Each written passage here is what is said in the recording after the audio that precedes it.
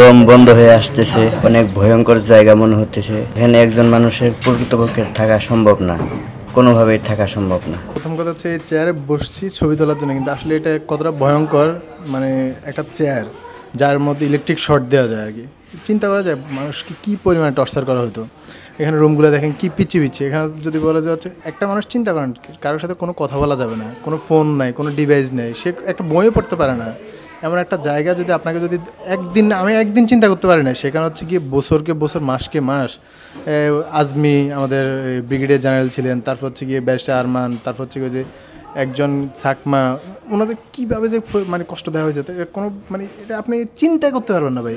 আমরা তো হচ্ছে কি দেখে চিন্তা করতেছি, আর যারা ওখানে হচ্ছে যে ছিল তাদেরও অবস্থাটা আপনি চিন্তা করেন, মানে এগুলো আসলে মানে আপনি প্রকাশ করতে পারবেন না ভাই, এরকম একটা পরিস্থিতি ছিল তাদের। সাইমুমের এই যে কালচারাল ফেস্ট আয়োজিত, এটা দেখার জন্য ঢোকার হচ্ছে শুরুতেই আমি দেখলাম আয়নাঘরের চিত্রটা। আমার এখানে আসলে আমি মাত্র ভিতরে ঢুকে দেখলাম যে বিশেষ করে এই যে আমি যদি দেখাই আপনাকে ছোট একটা রুম, এরপরে এই যে রুমগুলো, আমি ভিতরে দরজা বন্ধ করে দেখলাম যে এখানে একটা মানুষ 13 বছর, বিশেষ করে এটিএম আজাহার ভাই, তিনি 13 বছর ছিলেন এই আয়নাঘরে যারা ছিলেন। এখন আমরা অনেকের কোনো এখন অস্তিত্ব খুঁজে পাইনি যে এখনও তারা বেঁচে আছেন নাকি মরে গেছেন। তো একটা মানুষ 13 বছর 10 বছর বছরের পর বছর একটা রুমের ভিতর কীভাবে আবদ্ধ থাকে, বিষয়টা আমি দেখছি আর আমার হচ্ছে গা শিউরে উঠছে। আসলে এতটা কঠিনভাবে এই ফ্যাসিস্ট সরকার নির্যাতন করেছিল, হাসিনা সরকার সাধারণ মানুষদের, আলেম যারাই হচ্ছে তার বিরুদ্ধে গিয়ে কথা বলতো, যারাই সরকারের বিরুদ্ধে কথা বলতো, যারা হক কথা বলার চেষ্টা করতো, তাদেরকে এইরকম আয়নাঘর নামক ছোট্ট বন্দিশালায় বন্দি করে রাখতো।